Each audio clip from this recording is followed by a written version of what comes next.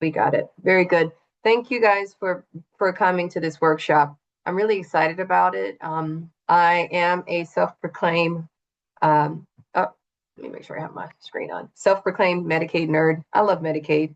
I love it for the fact of what it does, and it is a misunderstood product. So the whole idea of today is just to address the misinformation, and it really is brokers to help you guys be able to retain your clientele, retain your clients, and to be able to add services to what you offer to your client base. We're living at a time when so many people, there are four different types of Medicaid. So you will come across people that are in all types of Medicaid. So the idea is, of course, today we can't go too deep into every type of Medicaid. We're going to focus on long-term care Medicaid today. But my goal is to have workshops each month so that we can address certain problems. You can actually submit me questions or concerns you may have as a broker, and then I can work a workshop around your concerns. But I want to be a tool in your tool belt. I want you to feel when you have a client that says Medicaid, you're not jolted by what do I do or what does that even mean? So today we're going to, like I said, look at long-term care Medicaid, but I designed this to be interactive. So if you can turn your cameras on, I would love it. I would love to just hear from you. I'll ask several questions and things like that, but welcome. Welcome to, I have some in my group with the Thomas and Sons group, and we also have local insurance advisors groups. I'm so excited to have you guys with us today. So we're going to get started. So let's go ahead and address the elephant in the room. Most people have no idea what Medicaid is. And so today we're going to talk about long-term care Medicaid. There are four different types. You have under 64 Medicaid, and that's between the ages of 18 and 64. You have children's Medicaid. You have over 65, which has two categories. So you have home care or community-based Medicaid, and you have nursing home Medicaid. So those are the four types. We'll focus on the last two because they're in the category of long-term care. So basically, we're going to start just talking about the challenges that seniors face. We know that we're living in a time where TV commercials, the flood of phone calls during open enrollment, many times the older ones see their favorite star on a commercial, and that moves them to call. Maybe it's Joe Namath or JJ from Good Times, and they get that ooey gooey feeling, and they make a phone call because it says calling. You can get your Part B premium taken care of. Today, we're living in a time where brokers are under attack because they are trying to protect their clientele, their own base, but at the same time, we have our clients jumping ship because of either they're lonely, they're trying to make their penny stretch. So there's so many different things that they're battling. And so my goal today is to help you be able to protect your book of business, like I said, and also it's to provide information to your clients. Now, has anyone here lost a client to perhaps another agent or a TV commercial, or maybe they answered a phone call during open enrollment and they were tempted to change? Has anyone experienced that in the past? If you can put in the chat, I'd appreciate that. Or shake your head. I see some head shaking. So yeah, so quite a few. When I started the insurance industry, thank you, Lakeisha. When I started the insurance industry over 25 years ago, there was no such thing as social media. There was no such thing as the commercials like they have today.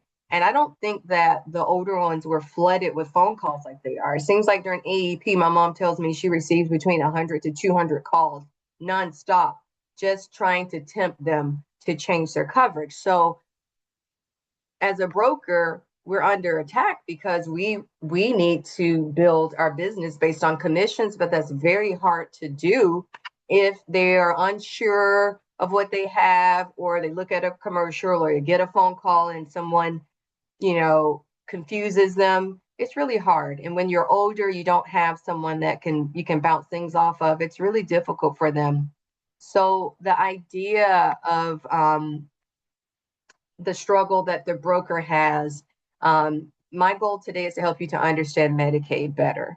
And so most people we meet today, they say, I don't qualify for Medicaid, or I make too much income. I have too many assets. I just don't qualify. So I'm here today first to address the elephant in the room. Anyone in New York can qualify for Medicaid. And I'm going to tell you about that today. We live in one of the very few states where we have quite a few legal workarounds where the average person can qualify. And so I'm going to work through several of those tools. It's impossible to go. You guys don't want to be here to 10 o'clock, hear me rattle off about Medicaid. So we're going to focus on three things, but I'm going to tell you how my goal is to eliminate the misinformation regarding Medicaid. Is to help you retain your clients, protect your earnings, understand what I do with HB Medicaid. And at the end, I'm going to give you guys a gift that's going to help you as you meet with your clients and service your clients. Now, here at HB Medicaid, we have a motto: if you see an elderly or disabled person, care for them. So that is something that's very important to us. And I want to earn your trust. I want to earn the trust of your clients. So what we've done, we put together a team of experts. We work together. We have expertise where we actually could we have expertise with the Medicaid rules across the U.S. But today, of course, we're only focusing on New York.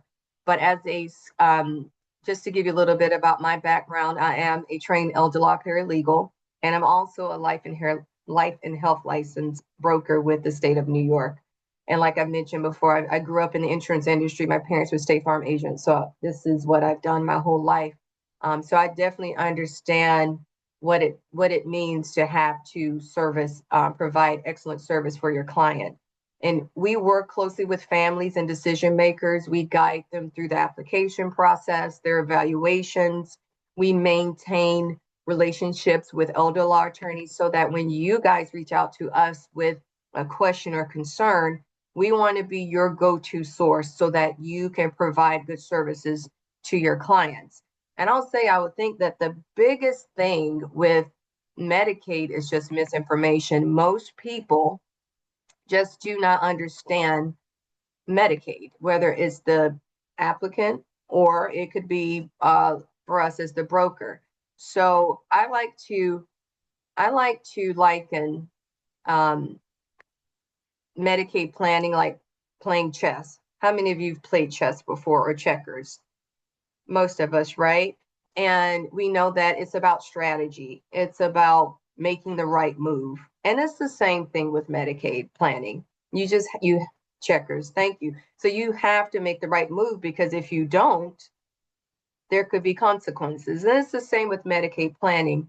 It requires strategy and things like that. But the end game is that once you've made those right moves and things, you can qualify. And so that's the point of this workshop.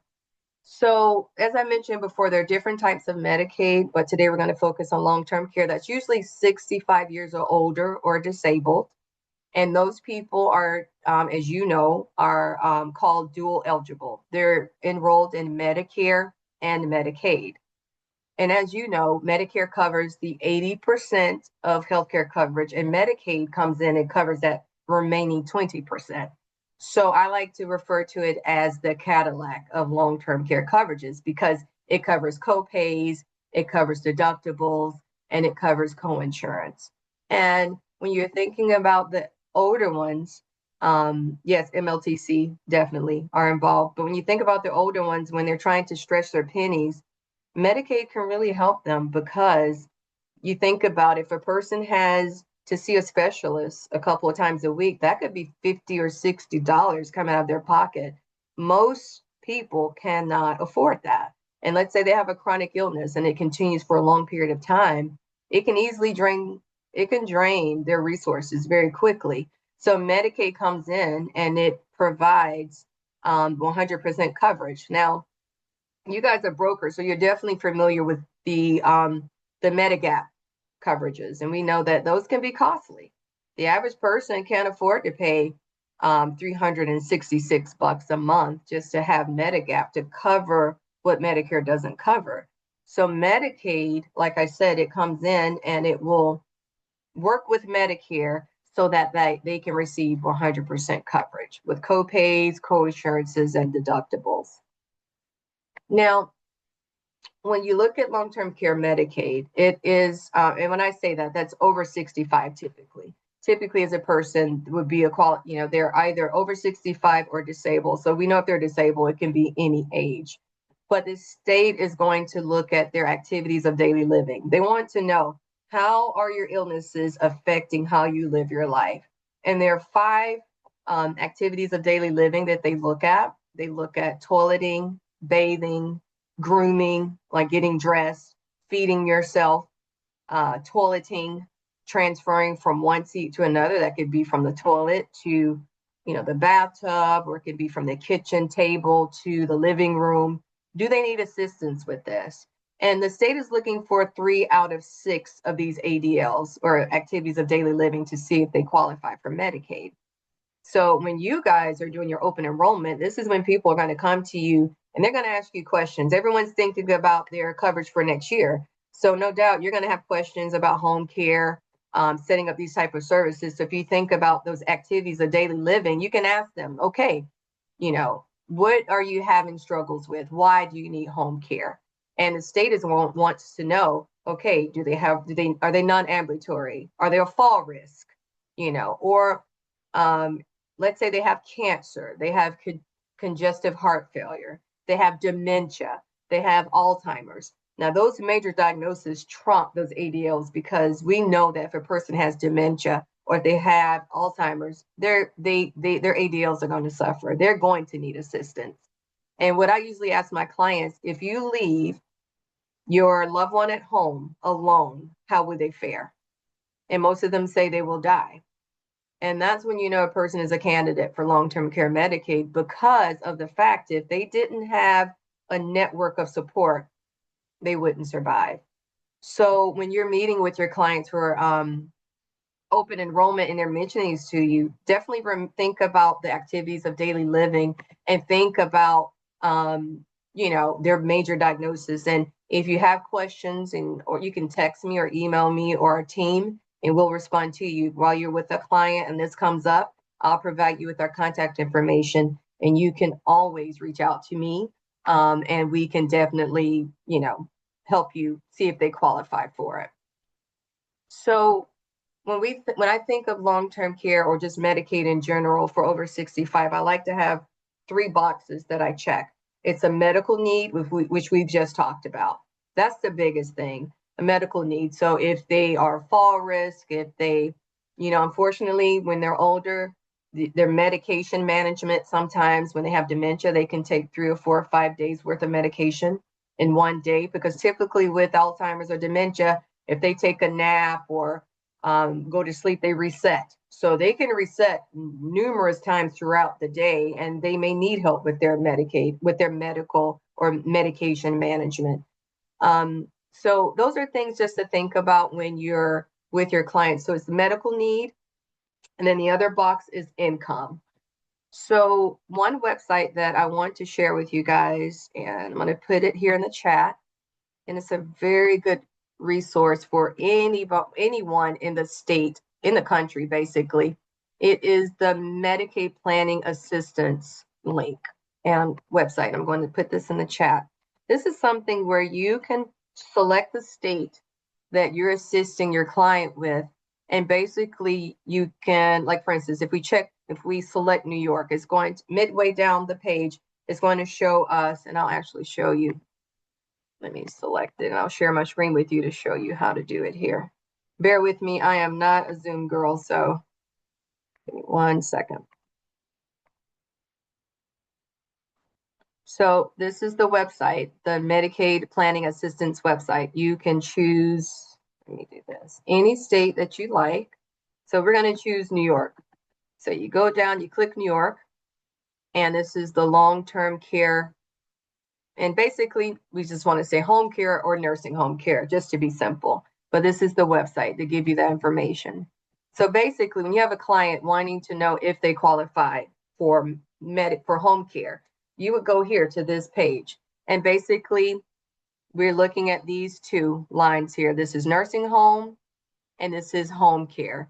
You have single applicant, you have a married, both spouses applying, or you have one spouse applying.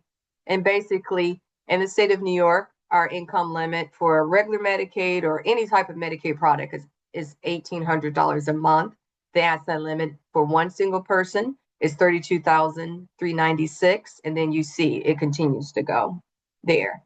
But if they're telling you they want to set up home care services in their home, this is what you're focusing on. It's the Medicaid waiver, home and community-based services. And these are the income limits. Now you're looking at that and you're like, okay, most people exceed that. So Tamika, how is that going to work? Well, the thing about New York is that we can use different types of tools to help us. How many of you have heard of the Medicaid spend down? Right, most of us, right?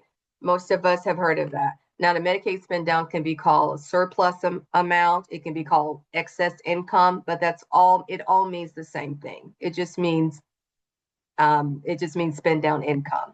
So basically, what we'll do is let me share my screen with you, and that way I'll show you how we calculate that.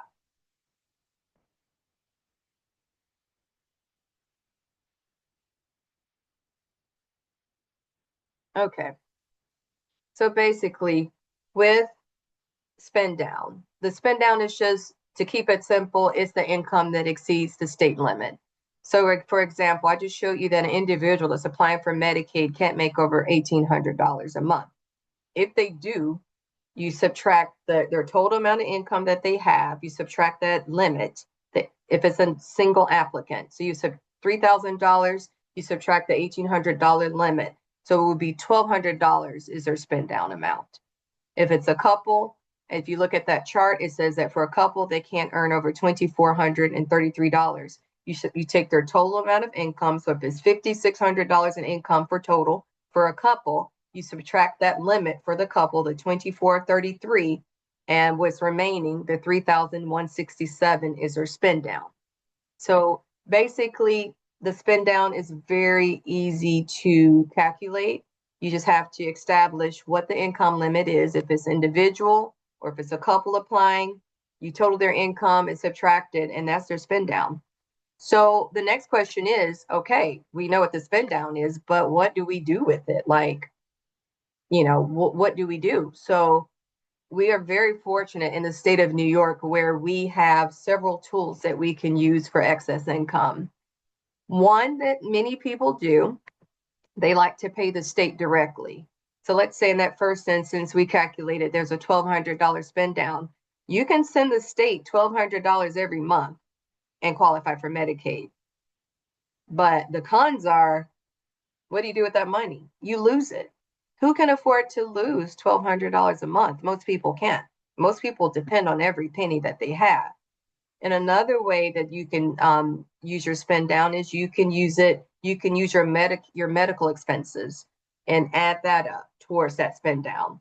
But again, that requires a lot of work out of the client. And most of the time, by the time they're talking to you, they're exhausted if they're a caregiver. They just don't have the mental energy to do that. So what we do in the state of New York, the preferred method is a pool trust. Has anyone heard of a pool trust, or does anyone know what a pool trust is? Okay, Lakeisha, she says she knows. So basically, in a nutshell, it's a legal instrument that allows you to take that excess income and deposit it into an account, and you set that account up to pay their bills. So they still have access to that money. And that is the preferred choice for most Medicaid applicants. The sad thing about it is that most people have no idea that they can qualify for a pool trust. When they apply for Medicaid, they're denied. And the state's like, well, you can send us the money, but they don't give them an option of setting up this pool trust to be able to have access to that money. So what we do at HV Medicaid, we will set the pool trust up for them. We have several that we work with. We give the client an option and we show them how to manage it, because there are pros and cons to every choice that you make. But with the pool trust, I found that if you set it up properly and manage it properly, you don't have to worry about it. Now, there are some pool trust companies where if the applicant passes away, they do not get any of that money back. But more and more, we're having companies that pop up that have a 60-day, they allow you 60 days access after the applicant passes away, up to 90 days. So if I typically have a client that's very sick on hospice or very critical, we'll choose the one where they can have, the loved one can have access to that money should they pass away, so that they won't lose that money. I've heard of some scary experiences of people that have lost a lot of money in a pool trust, and to me, that is unnecessary, because with proper training and management, you can have access to that money. So again, anyone in the state of New York can qualify for Medicaid. It's just about making those right moves, and the pool trust allows you to make those right moves. Let's say for example, the applicant's Social Security goes in on the 3rd of the month. You can set the pool trust up to pull that money out on the 4th of the month. It goes into that pool trust, and it usually takes about 3 days for it to clear. And once that money is cleared, you could say on the 6th, you can set it up to pay all of their bills. It can pay the utilities, it can pay their rent, it can pay their mortgage. The only thing it won't pay for is firearms, alcohol, and tobacco. But you get the idea that the applicant has access to this money that they can't afford just to send to the state, and they can use it to pay for their day-to-day expenses. And if you have questions about the pool trust, when you're meeting with the client and you're not sure if this is a good fit for them, just send me a text or an email and I can definitely help you with that. But it is a very, very good tool. And we are one of the only states in the country that use pool trust. New Jersey used what's called a qualified income trust. It's basically set up the same way, but an attorney has to draft that. So most Medicaid expanded states will allow either pool trust or qualified income trust. So those are, but again, if a client makes too much money when you're meeting with them in AEP and they're like, oh, I don't qualify for Medicaid, I make too much money. You can say, well, you can set up a pool trust, and a pool trust can help you set up the payments and everything. And by having that set up, they qualify for Medicaid. So we've checked the medically needy box and we've checked the income box. So now we're going to talk about assets, because assets are, again, asset management is a really big part of Medicaid planning. So when you guys are out talking to your clients and you're meeting with them regarding their future needs, again, asset management is important. So as we saw, for an individual that's applying for Medicaid, they can't have over $32,000. And I'm going to tell you, $32,000 is very generous, because if you look at our neighbor in New Jersey, it's $2,000 and $4,000 for asset limits. So those states expect them to spend all of their money down in order to qualify. But in New York, we don't have to do that. So with New York, the beautiful thing about it, as of now, we only have a 3-month look back for Medicaid. That's huge. That's very, very huge, because most states are 5 years, which means they look back and they want to make sure you haven't transferred assets for lower than you haven't divested of your assets, or you haven't, some people, they just give away assets just to qualify for Medicaid. So the government's like, no, we're not going to allow that. We're going to establish the look back period. California is one of the only states that they don't have a look back period. They don't, they have not, they say they don't have an asset limit. I won't say they don't have a look back period, but they don't have an asset limit. You can have upwards of millions of dollars in California and still qualify for Medicaid. But in New York, we are next in line in very generous asset limits.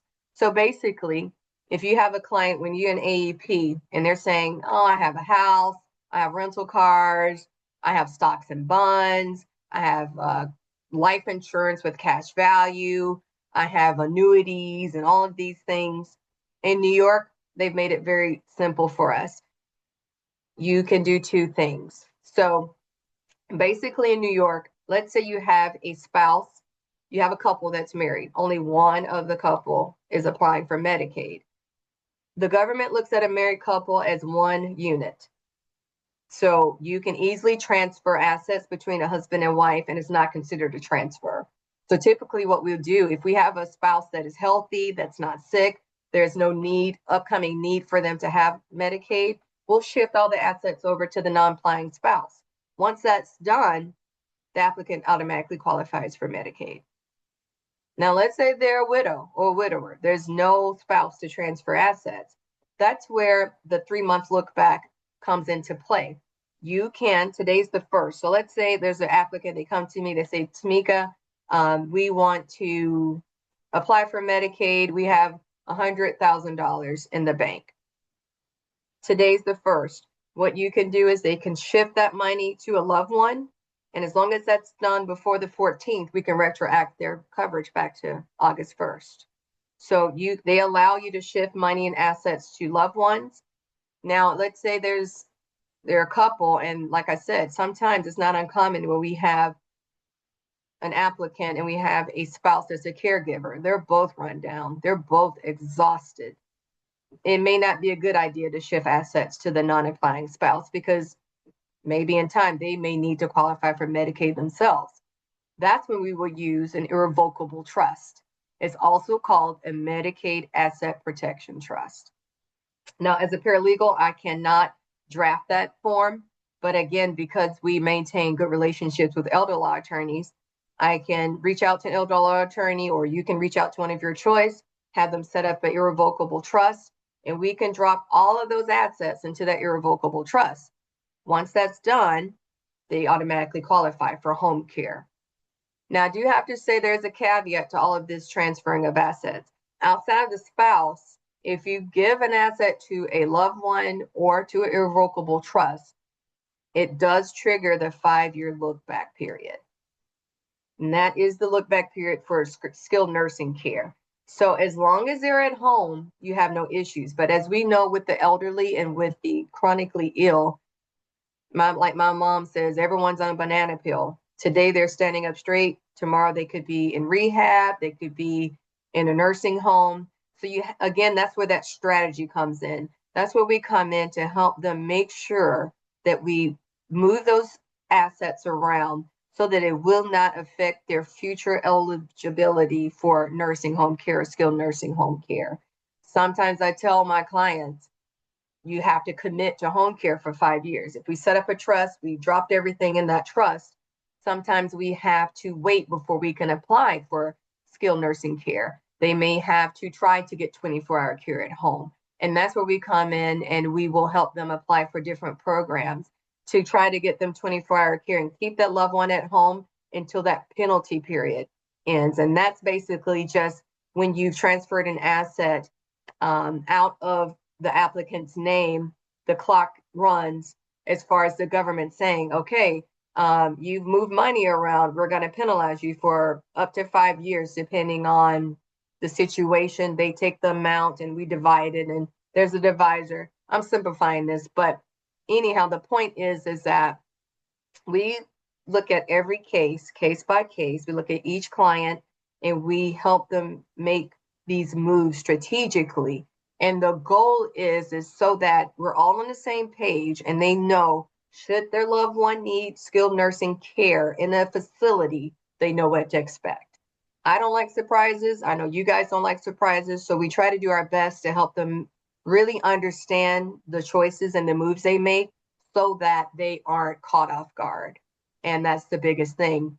But the irrevocable trust is a tool, or Medicaid Asset Protection Trust, where you can put your home, you can put any asset you like. I want to say it's like a $50,000 minimum, $40,000 minimum. So they won't do it for like a few thousand. But for those that have a tremendous amount of assets, the trust will then own those assets, and then it's no longer under the name of the applicant. Hence, they'll qualify for Medicaid. So again, if we go back to those 3 boxes, you have the income box that we've checked because we can use the pool trust. We have the irrevocable trust, or the Medicaid Asset Protection Trust. when we place those assets in, you check that box, they qualify for Medicaid because we know that they're already medically needy. And so in this, like I said, in a sense, anyone in the state of New York can qualify for Medicaid. You just have to be strategic and you have to make the right moves. However, with the right tools, and that's where we come in also, we can look at each case as you meet with your client and we can advise you. And I'll tell you, there's some people that I have to turn away, unfortunately, because either they've waited too late, maybe they're 90. I have a client, she's 96 years old. And so we're waiting for this application to process. Sometimes certain moves are just not advantageous for a particular client. So we don't look at this as cookie cutter. We look at, we're putting together a customized plan of action so that each client knows exactly what they need to do. But for this seminar or this workshop, my goal to you is anyone in the state of New York can qualify for home care. So when you guys are out there talking to your clients and you're talking to your client base and they have questions, they need home care services. They're concerned about, I don't want Medicaid to take my house. I don't want Medicaid to take my money. We know that the pool trust can protect their income and the irrevocable trust can protect their assets. There are some cases where irrevocable trust is not beneficial. There is an exception in the state of New York. It's called the child caregiver exception. If you have a child caregiver that's lived in the home for 2 years, taking care of them, the state will not place a lien on that home, on that real estate, as long as they've lived in that home. So that is a tool that you can use because some people, as we get older, we don't like to lose control. We don't want to turn our life over to others. But there are many exceptions. So when you're meeting with your clients and they have questions, they are, they're concerned. Irrevocable trust. Uh-oh. Hello. Sorry. But yeah, so you can use these tools to help your client and to put them at ease that with strategy and planning, they're fine. It's just that when we don't plan, when we don't prepare, that's when Medicaid can swoop in and take your assets. But as long as you prepare ahead of time, they can't touch your assets. So that's why we're here. We're here to help you with that and to answer questions. And when you're meeting with your clients, we want you to be able to have a resource so that should I can't even think of the word I want to say. Should a situation or complication arise when you're looking at their paperwork regarding their spend down, or maybe they're on Medicaid currently and they need more home care hours, reach out to us. We can help you with that. We can help you with providing suggestions regarding like a rebudget of their income or different things like that. And basically, once the benefit of enrolling them in Medicaid is that once they're enrolled, they qualify for a DSNP. So that is a great product for a broker because the DSNP has great commissions, but again, it offers extra services to the client because they're dual eligible. When they're Medicare, Medicaid, they qualify and they get the over-the-counter, as you know, over-the-counter benefits, the food cards and things like that. And they do have a senior modified SNAP benefit program for those that enroll in Medicaid also. So there's tons of different, once they qualify for Medicaid, there are tons of benefits for enrolling in Medicaid. But the biggest thing is knowing that in the state of New York, anyone can qualify for Medicaid. You just have to, if they're disabled, we put that spend down into a pool trust that takes care of their income, and we put those assets into an irrevocable trust or move it around to a spouse, and they qualify.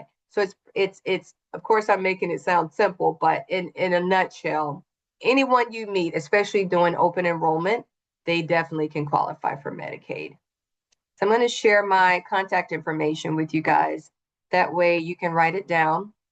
This is our website. I don't know if you can see it. I'm going to try to move this stuff out of here.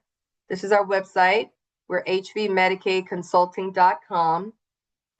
And my phone number is here, 845-663-8223.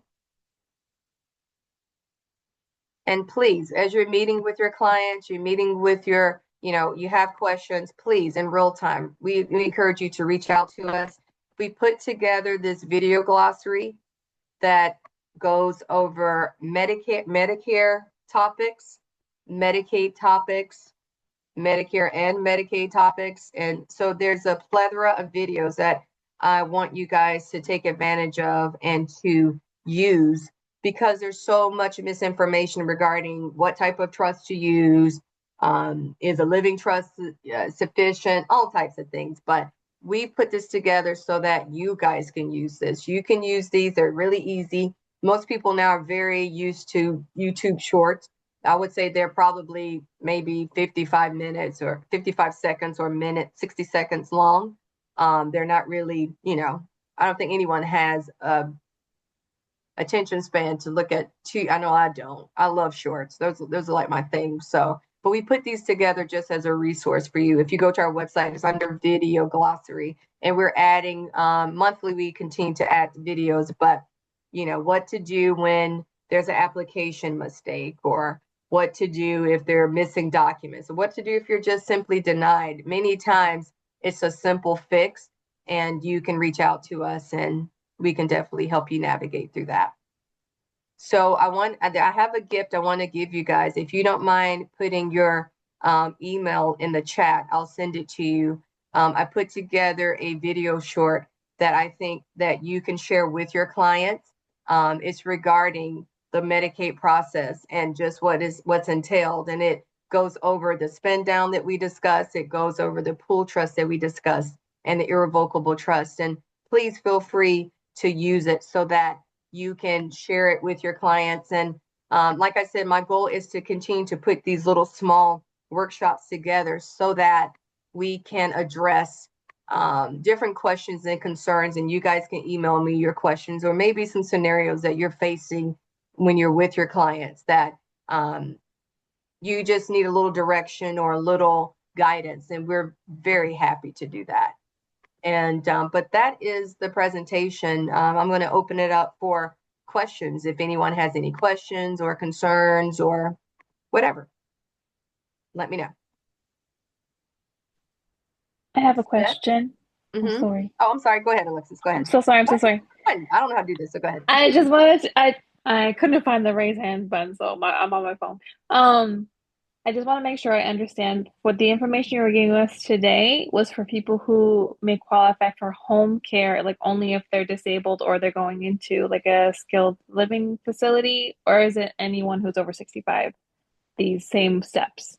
So it's the same steps. It just depends on the level of care that they need. Okay. The income limit and asset limits are the same. For Okay. regular Medicaid, long-term care, they're all the same. When Mhm. you're under 64, if you don't meet the limits, you don't qualify. But when you're Right. under 60, when you're 65 and older, that's Mhm. when Pandora's box opens up and you can Oh, okay. you have all types of options. Okay.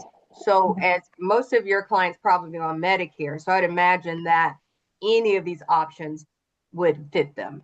Because I have one client who I believe she has cancer and she's just over the limit. And so I was trying to figure out how to help her. So this sounds like it might be something. Yeah. She's 65. Okay. Yeah, That's great. definitely. Yeah, definitely. Definitely. We can definitely be of help. Perfect. Suzette? So, do you help people in other states besides New York? I'm in North Carolina. I mean, I work with clients in New York too, but Right. I used to, but I at the moment it's just I'm stretched too thin, so I have to unfortunately stick to New York just because of my little brain. It's just too much now. But use that website, the Medicaid Planning Assistance.org website. I think it'll give you some information. And if you text me and you have a scenario that I don't mind consulting or just telling you my thoughts about it. So certain states don't allow non-attorney entities to do Medicaid planning. So I try not to really deviate outside of New York just for the fact that sometimes you have to have an attorney. But I can definitely tell you what needs to be done, especially if it's a income issue or perhaps like just a Medicaid in general question. I can try definitely.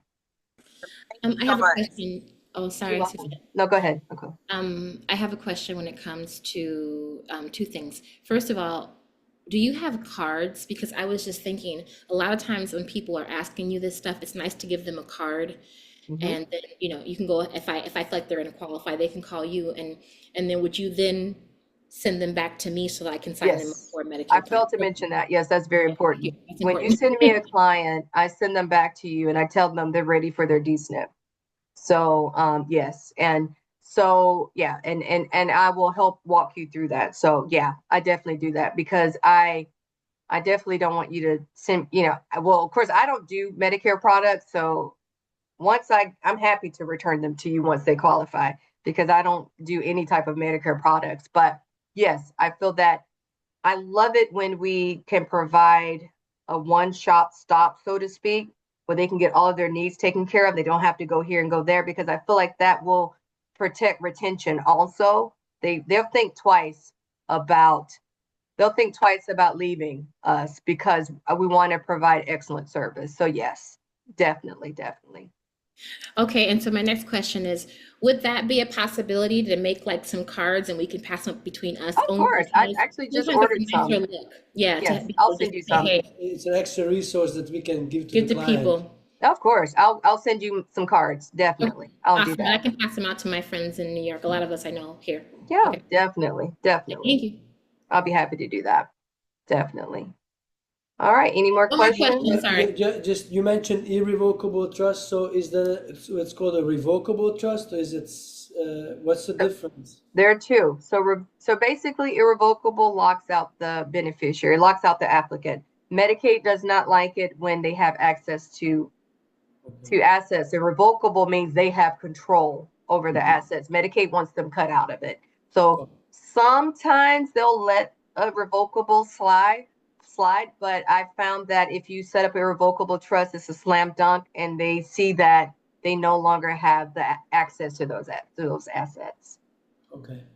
Yeah. And so does the client have to have family member to be a trustee? It's whomever they choose. It doesn't have to be a family member. It can be a distant, it can be anyone they choose. It just needs to be someone they trust because they are giving that person control over their assets. So it needs to be a person that is trustworthy, that's up for the job.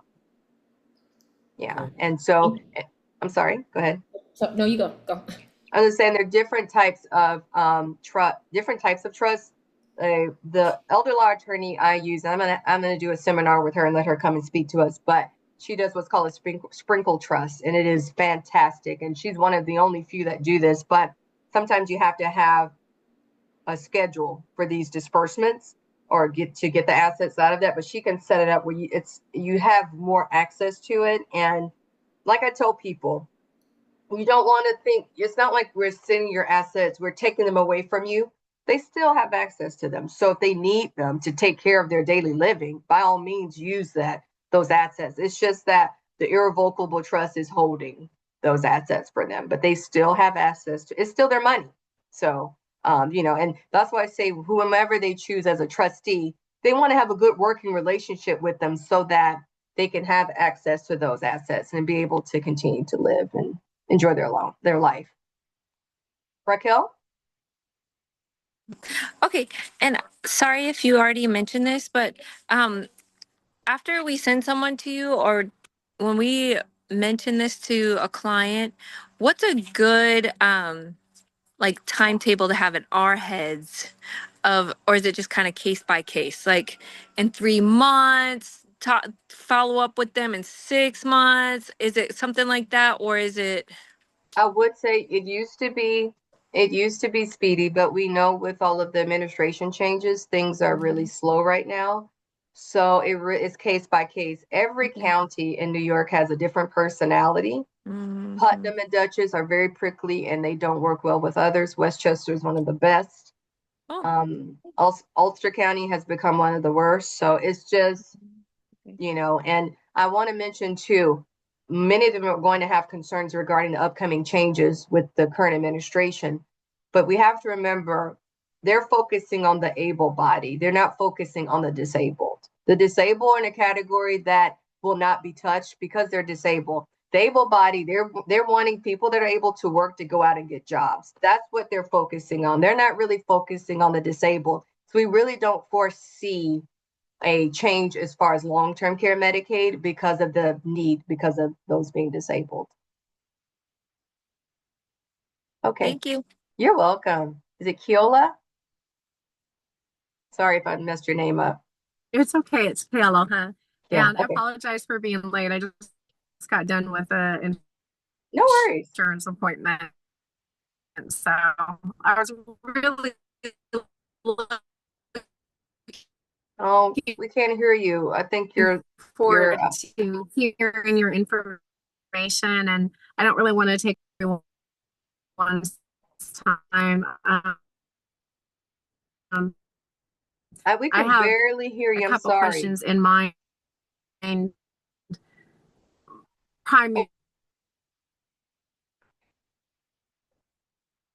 We can't hear you. I'm sorry. I do want to say I did record this. So if you send me your email and request a copy of this, I'll definitely send you a copy of this meeting. I'm sorry, I didn't hear you, but I'm going to put my phone number in the chat. Just give me a call and then we can go over everything that way. If you missed anything, I talk about this in my sleep, so believe me, I can repeat it. It's not a big deal. But yeah, just reach out to me and we can address everything. But basically, I just put in the chat for you. It's 845-663-8223. But as things come up, guys, and as you're navigating this, I think we're going to see more and more Medicaid in our world just because people are sicker now. It's just where we are in the time of things. I don't think it's going to go away, and it's going to get more complicated for sure. So by working together, I plan on, like I say, having guest speakers and really trying to help you guys continue to be able to provide, a good service. We want your clients to think twice about leaving you. We want them to stay with you. We want them to see that you're providing an excellent service. And, they may be tempted, but we want them to think twice because as we know, not all brokers are created equal and not everyone has the same motive. And most of us here, we want to provide, when we see people that need our support, we want to provide that support and help them. So, but yeah, that is basically, that's the program for today. So again, I will send my cards out. And if you want me to send you some of my cards, just put in the chat and I'll definitely mail them out to you. And feel free to use the videos. And I'm going to send you your free gift that I hope you enjoy. And we'll just try to do this periodically. And again, as you guys are meeting with clients, and if you're facing issues or facing questions, please let me know, because that can be a topic of a workshop. You never know. It could be another broker could be going through the same thing. And the more we share together, we can help each other and be successful at this. Yeah. I have one more question, Yes, Tamika. So what about the fee? Like if we have clients, what can we tell them to think about as far as price range for your services? So unfortunately, the client has to pay me, and that is an issue when it comes to low income.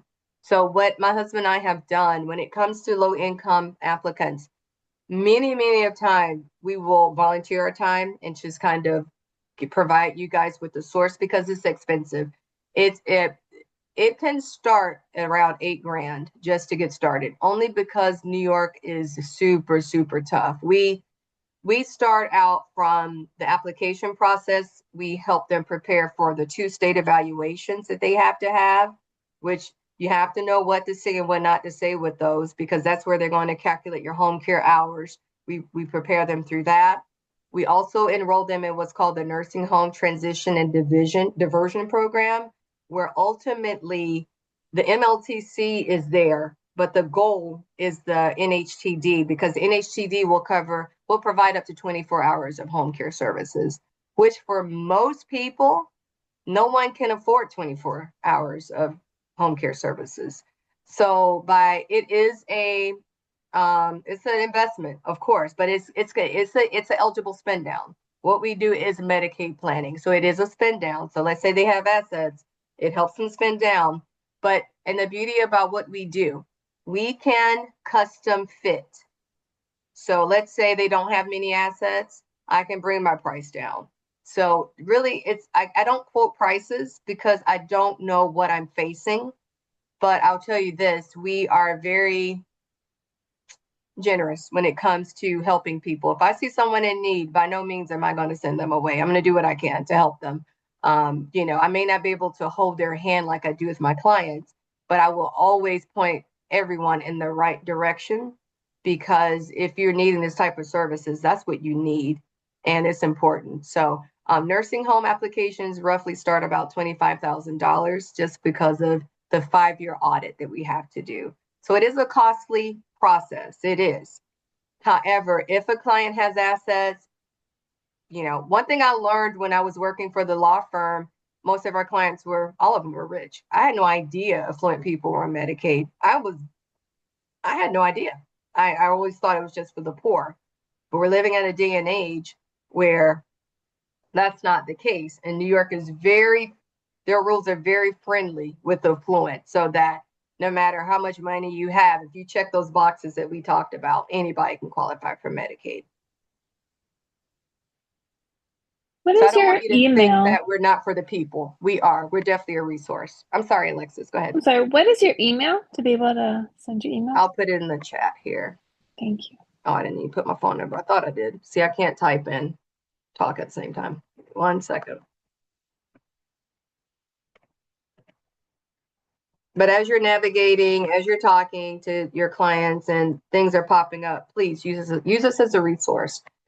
I'm like I said, I may not be able to help everyone, but I definitely can point you in the right direction and help you answer the questions, because no matter what state it is, the bones are going to be the same. They have income limits, they have asset limits, and the medical needy part. That part is across the board, across the country. The state just determines what moves you can make. And so, unfortunately, it's divided between the Republican and Democratic states. The Democratic states, they participate in Medicaid. The Republican states, they do not. So your moves are very, very few in Republican states. Most of them will just force the loved one into a nursing home. From my state of Alabama, they do not have options to set up they have, I'll put it like this, they want you to put your loved one into a nursing home. They do have the waiver program, but they do it on a lottery. And you can have people waiting like 3 years just to get services set up. And most people can't do that. So they're forced into a nursing home. But the blue states, they like I said, they work with Medicaids, or they're similar in the way they're set up. So if you are working with clients in other states, you just have to determine the income limit and the asset limits, and that'll tell you what your next step is and what they can do. Go ahead, Alexa. Oh, I'm sorry, Lakeisha. Go ahead. Yeah. So I have a client now in Louisiana, and her mom is also my client, but she was in the hospital and went to the rehab. They transferred the mom's house and the deed in their names, but the client is still in the nursing home. So would they be falling in that 5-year look back? Yeah, they definitely would be. Now, the only way around, okay, so basically it's called the Medicaid Estate Recovery Program, MERP. Every state has it. And basically what they look at is when that home is vacant. If there's a spouse still living in the home, it's fine. But the moment that home is vacant, at any moment, that loved one needs to submit a form. It's called intent to return. And that is given to the nursing home. That means that they intend to return home, and that's a way to protect the asset from being recovered. Okay. All right. Thank you so much. Thank you. Yeah, it definitely say those words. Intend to return. Yes. Yeah. I really appreciate this workshop, because Medicaid, it's out there, but we don't talk about it. There's a lot in our workshops, and there's different types of Medicaid, like you said, and there's different restrictions. So I appreciate you for this, because it's very much needed. A lot of baby boomers are about to retire and about to lose a lot, and long-term care crisis is here. You're right.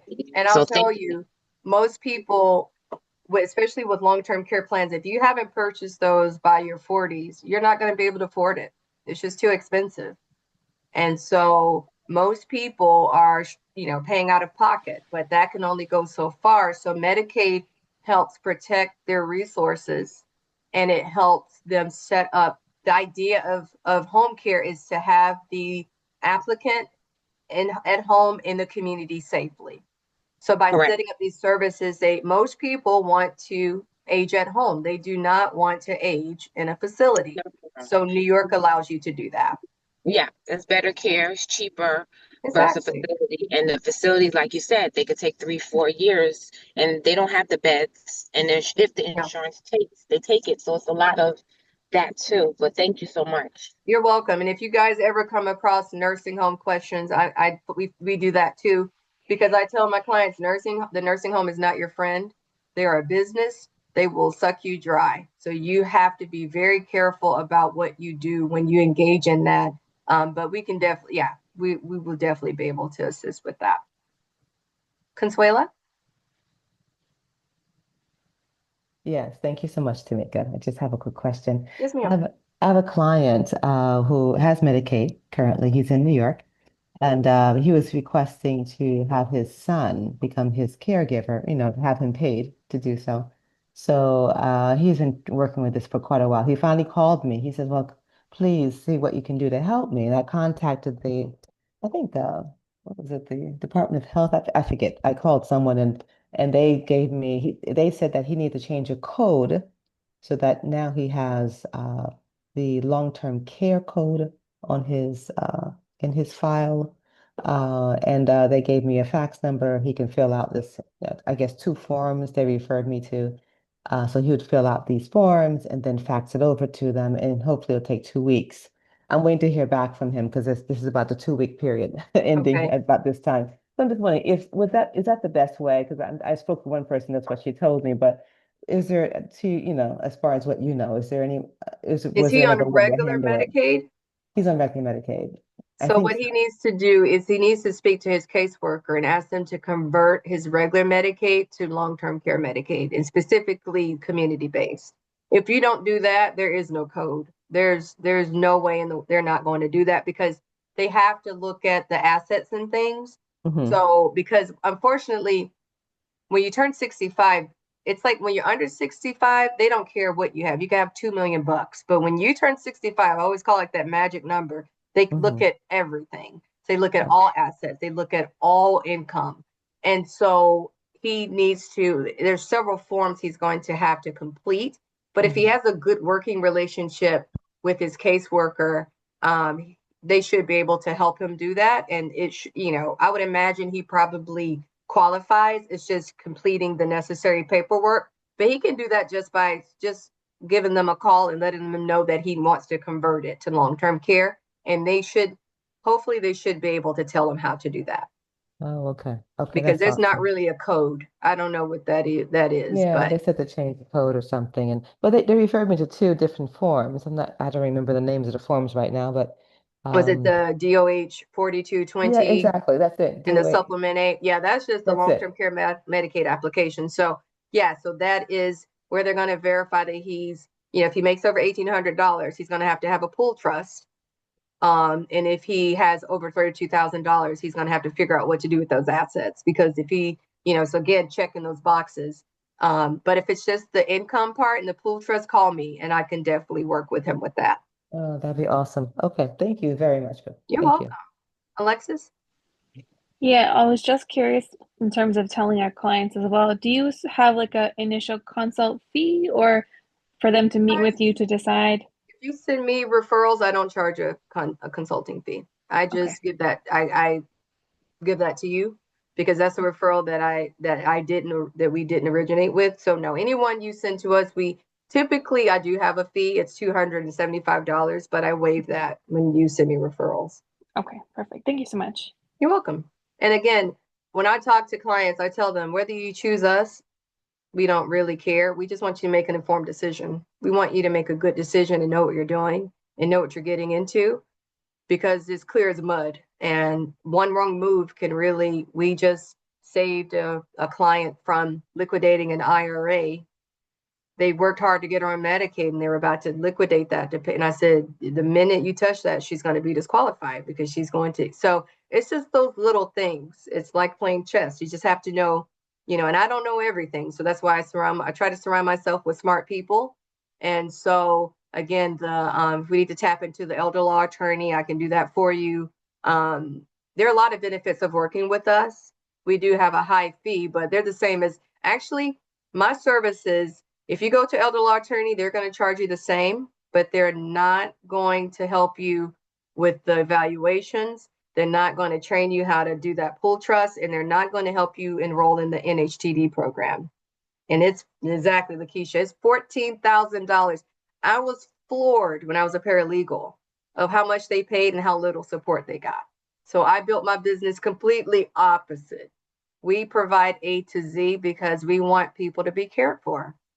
It's expensive. However, most things that matter are. That's just life. And to stay at home, some people, I know I'll pay whatever I have to pay to stay at home and not to be in if I can avoid it. So, and again, it's case by case. So I don't typically quote prices.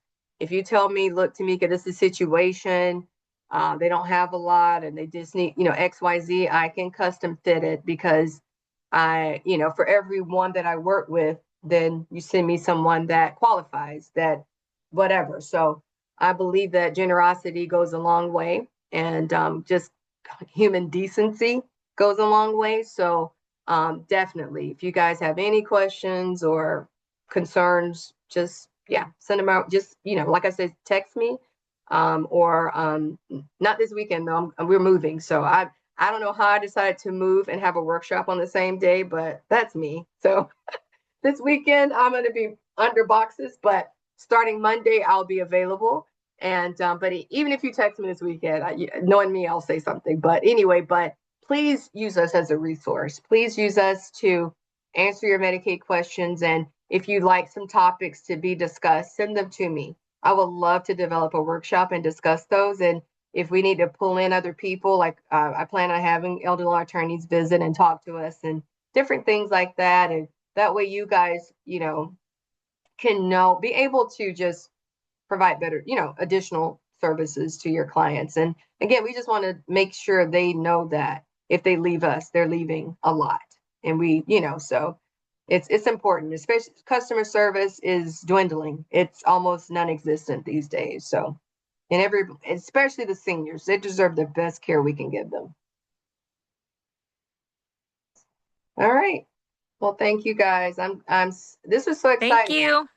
This is awesome. Thank you so much. Yeah, and I hope it Thank you was so much. This helpful. is really good. Really Super good. helpful. You're welcome. You're so welcome. And Deb, I'll reach out again. I have your email addresses. So if you guys have any topics you want to discuss, we can do that. And but anyway, we're here as a resource. Please use us because there's so much misinformation. The more we tell people that anybody can qualify in the state of New York, we can bust that bubble and really give them the care that they deserve. Awesome. All right, guys. Thank you. You're Thank welcome. you, Tamika. You're welcome. And have a wonderful weekend, all of you. Thank you. You too. Happy Thank you. moving. That's Happy excellent. Thank you move. very much. Thank you. All right. Take care. Thank Bye you. bye. You too. Bye-bye.